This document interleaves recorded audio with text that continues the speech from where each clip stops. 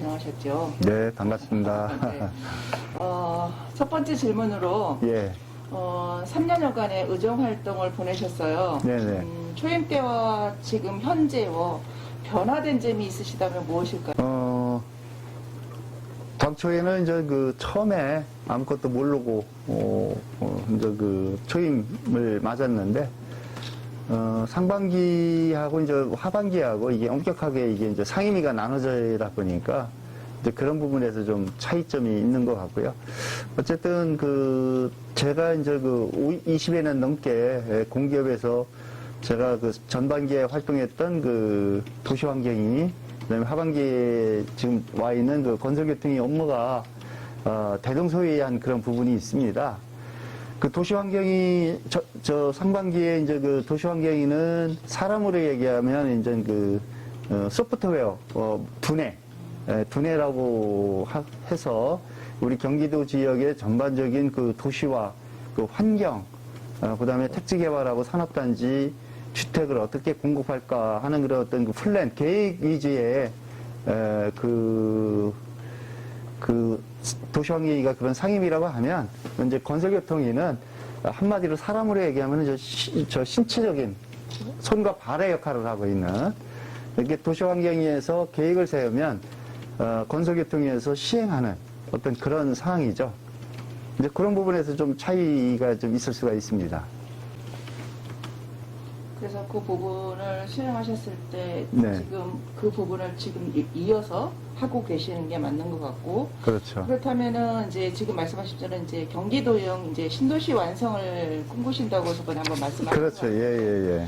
정치를 떠나서 도시개발 전문가로서 바라보시는 큰 틀이 있으시다면 뭐가 있을까요?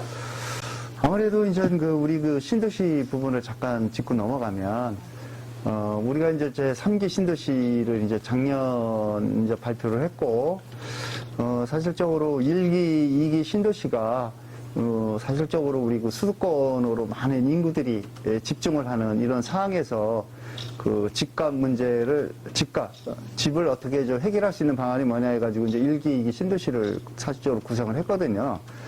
근데 사실적으로 1기, 2기 신도시는 서울에서 한 30km, 범위 내에서 하다 보니까 이 교통이 너무 멀어요. 사실적으로 1기, 2기 신도시 주민들이 서울로 출퇴근했을 때 지하철이라든가 광역교통 이런 게 잘 돼 있어야 되는데 그게 안 된 상태에서 지금도 1기, 2기 신도시 주민들이 서울로 출퇴근할 때 교통지옥에 시달리고 있고, 다행히도 3기 신도시는 서울을 중심으로 한 3km 정도 바운다리 안에 들어와 있기 때문에 교통하고 인프라는 상당히 좋습니다. 그런데 이제 그런 부분에서 1기, 특히 2기 신도시 주민들이 많은 상실감을 좀 느끼고 있죠. 왜냐하면 2기 신도시도 교통, 광역교통이라든가 이런 게 완비되지 않은 상태에서 3기 신도시 쪽에 너무 포커스를 맞춰서 하다 보니까 2기 신도시 주민들은 오히려 역차별을 느끼고 있다, 이런 생각을 좀 많이 좀 하고 있습니다. 이제 그런 부분들을 해결해 주는 게 우리 이제 정치인의 역할이고 앞으로 과제가 또 될 것 같습니다. 이렇게 디테일하게 아시는 의원님이 많지는 않으실 것 같은데. 네네. 예, 그런 부분에서. 그리고 또 이어서 광교 신도시뿐만 아니라 LH와 관련 개발의 입금이 타 지역에 쓰는 것에 대한 논란이 많죠. 네, 맞습니다. 예. LH는 그 이유를 국민주거 생활 향상 및 국토 효율적인 이용을 도모하여 국민경제의 발전에 이바짐을 목적으로 한다라는 설립 이념을 공기업으로서 명분을 많이 내세우는데, 그런 부분에서 의원님의 다른 생각이나 지금 거기에 가지고 계신 생각이 LH 측면에서 LH가 주장하는 게 맞습니다. 국민주거 생활의 향상 및 국토 효율적인 이용을 도모해서 국민경제의 발전에 이바지함을 목적으로 한다. 이게 LH의 사명이에요. 근데 LH 입장에서 보면 이게 맞습니다. 왜냐하면 LH는 전 국토를 대상으로 개발 사업을 하고 있기 때문에 맞지만, 우리 경기도에서의 입장에서만 보면 이거는 틀렸다는 거죠. 왜냐하면 경기도에서 나는 이 사실적으로 택지 개발을 하면은 우리가 잘 모르는 적이지만 저는 실제로 공기업에 근무를 해봐서 아는데, 이 택지 개발을 하면 엄청난 개발 이익을 창출합니다. 그런데 사실적으로 택지 개발을 수도권, 서울, 경기, 인천 지역에서 택지 개발을 하면 엄청난 그 개발 이익이 남게 되는데 이거를 LH가 거의 주도하고 있다는 거예요. 주도해서 하고 있고 3기 신도시 같은 경우도 경기도 사업 참여 비율이 8%밖에 안 됩니다. 그러면 여기 수도권, 특히 서울과 인천을 제외한 경기도 지역에서 거의 그 택지 개발을 많이 해서 엄청난 개발 이익을 얻고 이거를 갖다가 아까 얘기했던 그 1기, 2기 신도시의 그 광역교통망 확충이라든지 아니면 주민들이 불편한 그 생활 SOC 사업 이런 쪽으로 많이 투자를 해주면 재분배를 해주면 괜찮은데 이거를 그 충청도나 경상도, 전라도, 그 강원도 지역에 적전하는 택지 개발 지구에 사업을 메꾸는 구조로 좀 가고 있거든요. 그러니까 우리 경기도 주민 입장에서는 생각했을 때 우리 경기도에서 남는 개발 이익을 여기다가 다시 쏟아부어서 광역교통망 확충이라든지 생활 SOC 공급 쪽에 직접 투자를 해야지 왜 지방에 있는데 그런 데다 적자 구조를 왜 메꾸느냐. 이제 이거 부분이 제가 이제 계속 주장했던 거고요. 앞으로도 LH가 자꾸만 이런 식으로 하면 저는 수도권, 경기도에서만큼이라도 LH는 이제 필요 존재 가치가 없다. 여기 와서 사업을 하지 말아야 된다. 저는 그렇게 생각을 하고 있습니다. 왜냐하면 LH가 그동안에는 지금은 이제 지방자치단체에 있는 그 공기업들이 많이 없었어요. 그래서 사실적으로 LH, 국가기관인 LH가 아도쳐가지고 단독으로 했는데 지금은 이제 경기도시공사, 광역자치단체인 그 공기업도 있고 뭐 화성이라든가 수원, 뭐 고양, 과천 이런데 그 지자체 공기업들도 많이 생겼잖아요, 그죠? 그래서 여기 그 경기도시공사는 광역지자체하고 이 기초지자체의 그 도시공사들이 협력을 하면 얼마든지 지금 택지 개발이라든가 이런 걸 충분히 해낼 수 있다. 저는 이렇게 보고 있습니다. 그런 역량이 현재 갖춰져. 그렇다면 이 부분에서 LH의 이런 부분을 주장하거나 근거를 제시해서 이 부분을 좀 완화시켜주는 어떤 소스가 있을까요? 그래서 저번에 이재명 지사도 그 아마 언론 보도 찾아보면 나올 겁니다. 그 LH하고 국토부에 그 3기 신도시 부분을 경기도의 그 사업 참여 지구를 대폭 확대해달라. 이런 식으로 좀 촉구 건의안을 냈고요. 그 다음에 본 의원도 경기 제3기 신도시 경기도시주택공사 그 사업 참여 지분 대폭 확대 촉구 건의안을 제가 대표 발의해서 그 본회의에 우리 그 본회의에서 통과를 시켰습니다. 통과시켰고 그런 결과로 과천의 과천지구 같은 경우는 사업 참여 비율이 45%, 그다음에 하남 교사는 35%. 아마 왕숙 1이 있고 왕숙 2가 있는데 왕숙 1은 270만 평 거기는 그 LH 단독. 그다음에 93만 평 규모의 왕숙 2는 경기도시주택공사 단독. 이런 식으로 제가 지분 조정을 상반기 도시 형성에 있을 때 제가 계속 그런 식으로 추진했었고요. 앞으로 그런 부분들이 상당한 성과가 있을 것이다. 이렇게 생각을 하고 있고, 그 추가로 발표했던 그 3기 신도시 부분에 최소한도 경기도의 참여 비율이 30%에서 40%는 참여를 해야 된다. 저는 그렇게 생각을 하고 있습니다. 그렇게 해야 되는 이유가 예전에는 LH가 단독으로 이걸 그 택지 개발을 하다 보니까 그 광역지자체나 기초지자체의 의견이 전혀 반영이 안 됐어요.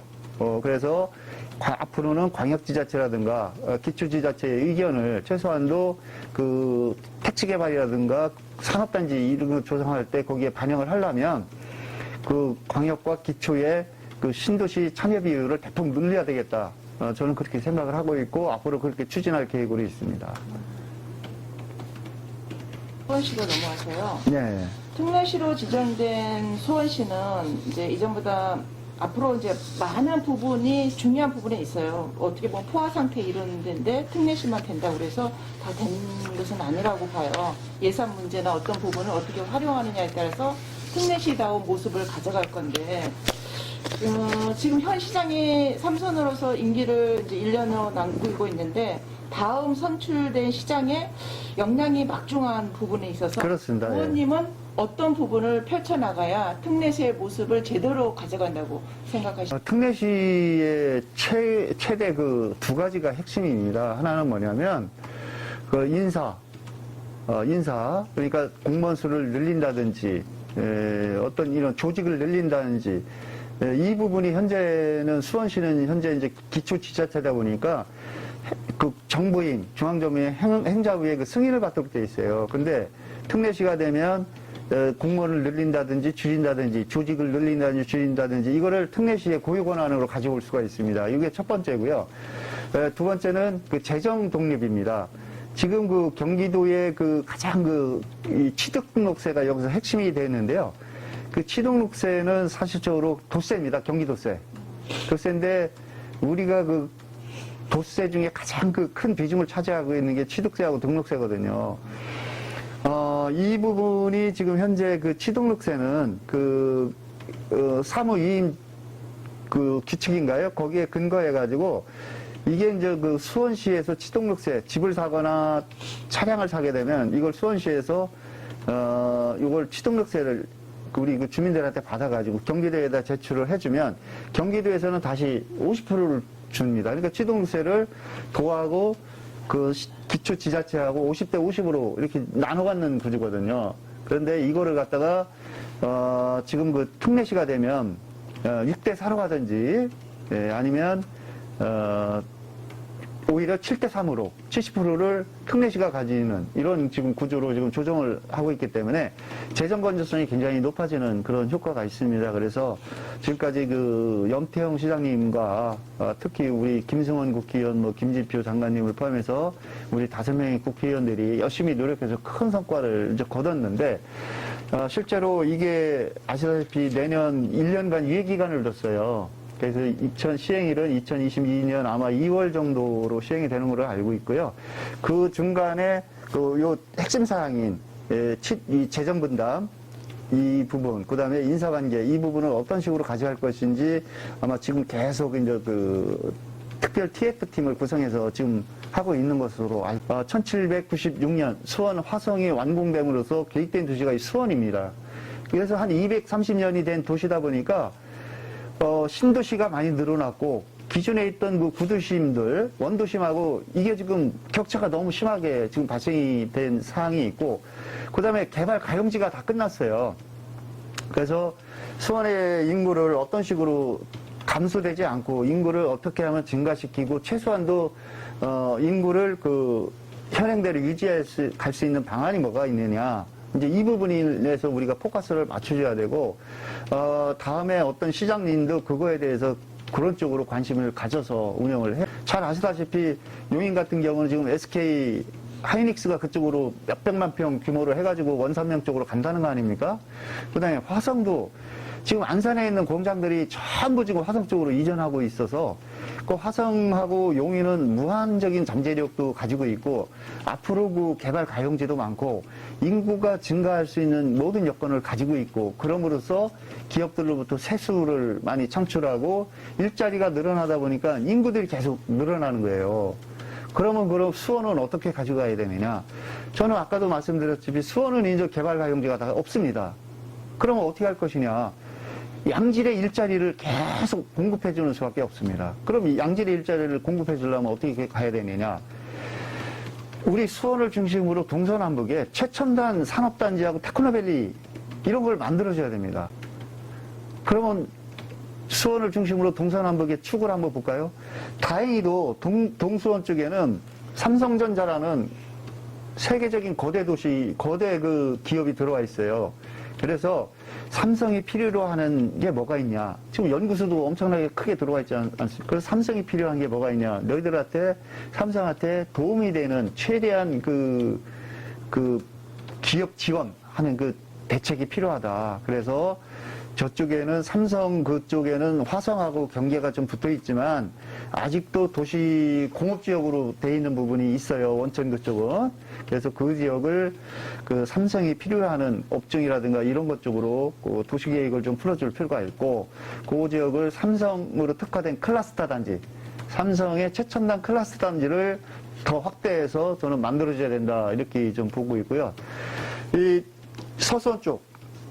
서수원 쪽에는 이제 그 고색산업단지가 들어와 있습니다.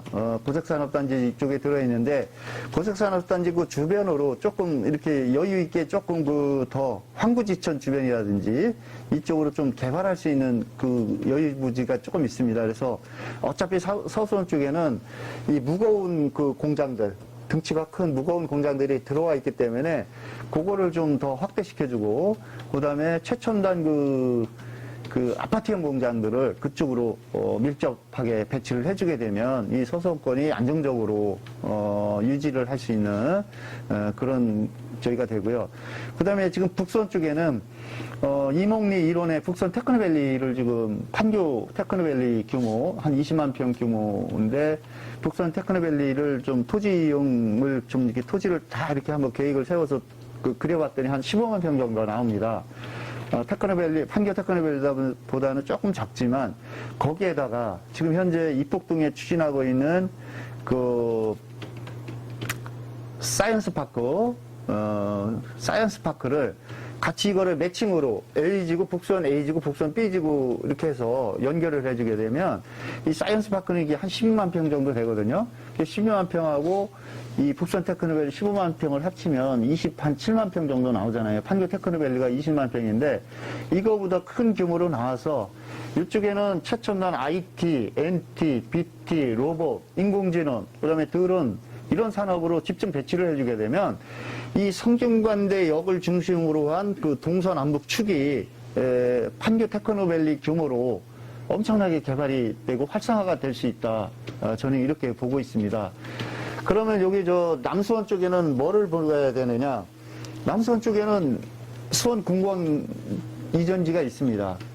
수원 공무원지 이전지가 있기 때문에 저는 이게 한 10년이면 그 화흥지구로 저는 수원 공무원이 이전되리라고 저는 보고 있습니다. 보고 있는데, 지금 그 면적이 한 160만 평 정도 돼요. 근데 이게 이제 수원 공무원 이전이 잘 아시다시피 기부대 양여 방식으로 이걸 지금 추진하고 있지 않습니까? 기부대 양여 방식은 뭐냐면, 여기 수원 공무원처럼 똑같은 공항을 보통 이제 2배 정도를 지침으로 잡아놨어요. 기존에 있던 걸 2배 정도 크게 해서 공구항을 만들어줘라. 그러면 지금 대상이 되고 있는 데가 화흥 감척지인데 그쪽에 지금 3배 규모로 해가지고 지금 이전하겠다는 거 아니에요?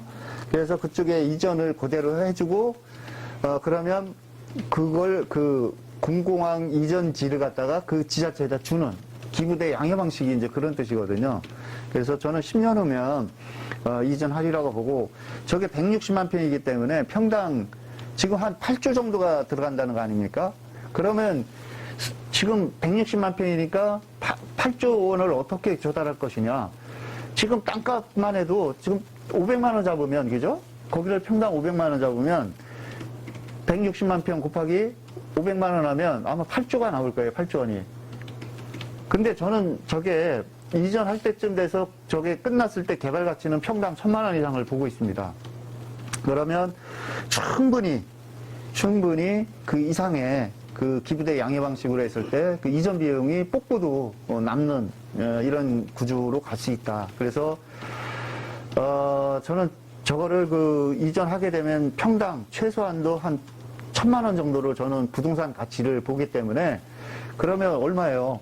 그냥 16조죠, 그죠? 16조 원 가지고 8조 기부대 양해해주고 8조 원은 저쪽을 개발을 하게 되면 앞으로 우리 수원이 천년을 가는 미래의 영숙도시를 만들 수 있다. 저는 그렇게 보고.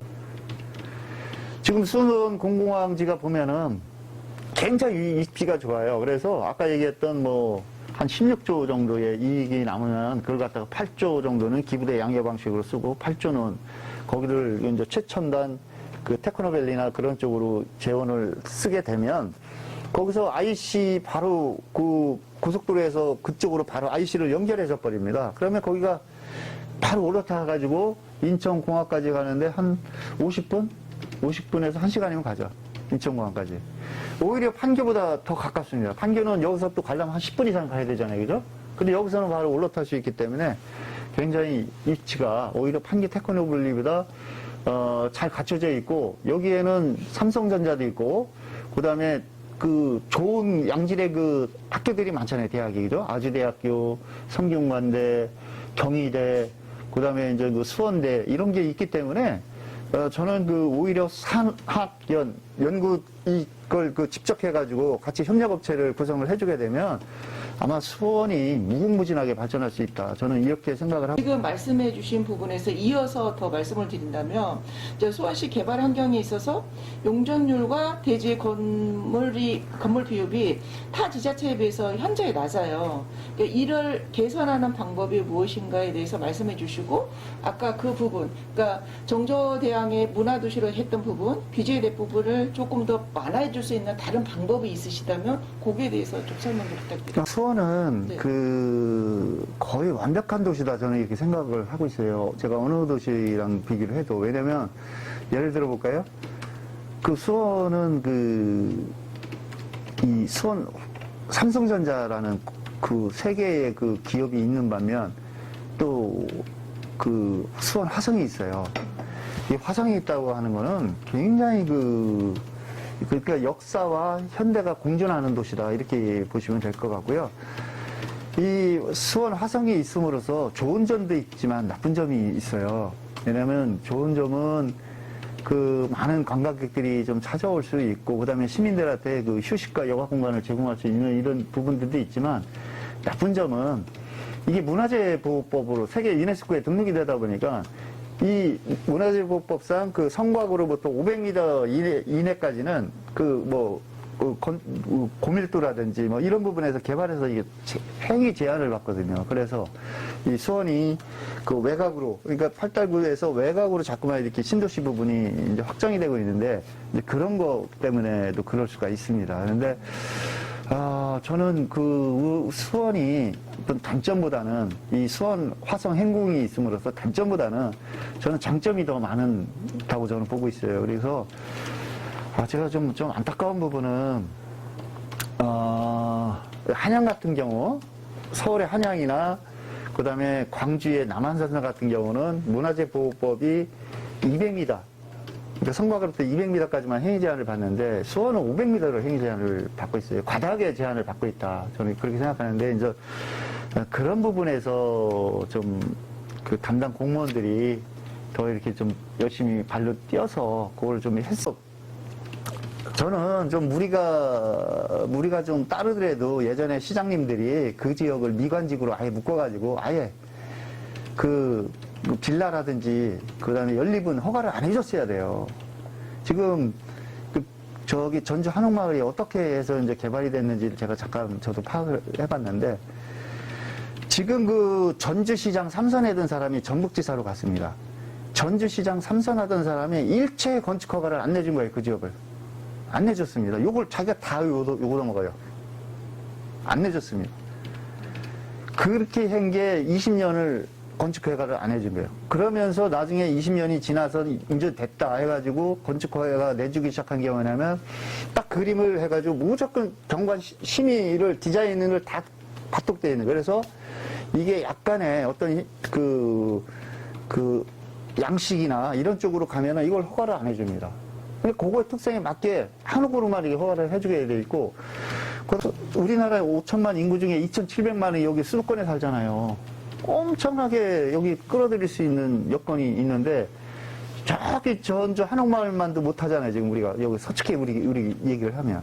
왜 그렇게 됐어요? 이거는 저는 그 위에 시장님들께서 계획을 나는 안 잡았다. 그래서 그런 거를 하면 다 그거에 맞춰서 했으면 이 수원이 어마어마하게 발전될 수 있는 그런 여건을 잘 가지고 있어요. 여기 아까 그 용적률 그 대지 비율이 타 지자체에 비해서 현저히 낮다, 이 말씀을 좀 하신 부분인데, 이것만 좀 잠깐 좀 설명을 좀 더 드릴게요. 사실적으로 우리가 이제 용적률하고 이제 대지 건물 비율 이제 이런 부분들이 있는데, 이게 사실적으로 우리가 이제 그 법령이 있어요. 근데 법령이 있고 조례가 있지 않습니까? 근데 이제 사실적으로 법령은 좀 높아요. 근데 이걸 갖다가 지자체의 특성에 맞게 가령 어떤 일종 주거 지역인데 이것도 용적률을 갖다가 우리가 보통 60%인데 이걸 갖다가 지자체 같은 경우는 우리 좀 더 저밀도로 개발해야 돼. 그래서 뭐 50%로 준다든지 이걸 이제 이렇게 하는 그런 사항이 있거든요. 근데 제가 봤을 때는 아마 이게 다 그런 건 아니고 아마 이제 그 대지 건물 비율하고 저 용적률 부분이 좀 낮았던 거는 여기 화성 행궁을 주변으로 아마 그 지역이 좀 이게 해당이 된 것 같고요. 일반적으로 그 바깥의 부분은 용적률하고 대지 건물 비율이 타 지자체에 비해서 조금은 낮을 수 있겠지만 현저히 여기처럼 표현처럼 현저히 낮다 이거는 아닌 것 같습니다. 제가 다시 파악을 저도 한번 해보겠습니다만은 아마 이제 여기는 아까 알다시피 우리 수원의 중심에 이제 그 수원 화성이 있다 보니까 그거에 대한 이제 건축 행위라든지 그다음에 우리가 이제 스카이라인도 좀 고려를 해줘야 되고 아마 이제 이런 것 때문에 그런 것 같습니다. 저는 앞으로 수원시장은 환경과 개발을 조화롭게 이렇게 같이 어우르면서 수원의 장기 비전을 그리고 미래를 설계해 나가고 수원의 그 구도심과 신도심의 이 공간구조의 틀을 크게 다시 짜줄 어떤 그 실력과 통찰력, 그다음에 추진력을 겸비한 사람이 다음에 시장이 됐으면 좋겠다 저는 그렇게 생각을 하고 있습니다.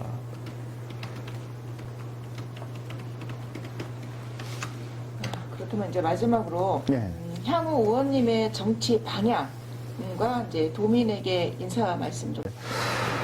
제가 그 추구하는 정치가 저는 어디 가서도 그렇고 아직도 지금 변함없고 제가 정치에 입문하게 된 계기도 어떤 그 봉사하는 부분을 더 큰 봉사를 좀 했으면 하는 그런 측면에서 제가 정치에 입문을 했습니다. 사실적으로 잘 아시다시피 제가 이제 그 지금도 올해로 10년 차로 지금도 이제 검정고시 준비하고 있는 우리 학생들 그 야학에 가서 저기 아직도 가르치고 있고요.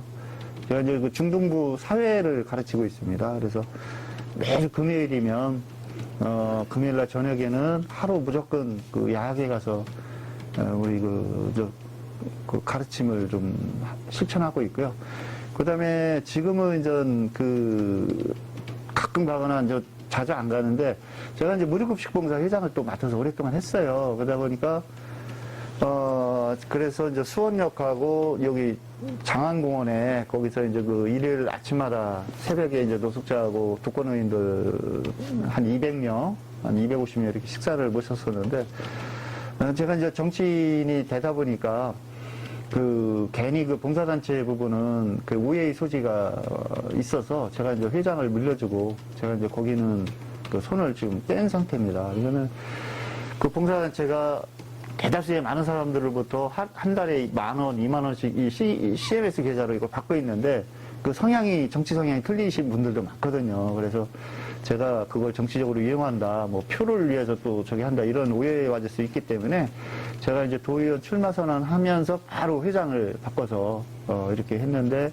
그때 하면서 제가 도의원 출마하려고 했던 건 아니고 그렇게 봉사를 하다 보니까 주변에서 당신 같은 사람이 더 큰 봉사를 좀 했으면 좋겠다.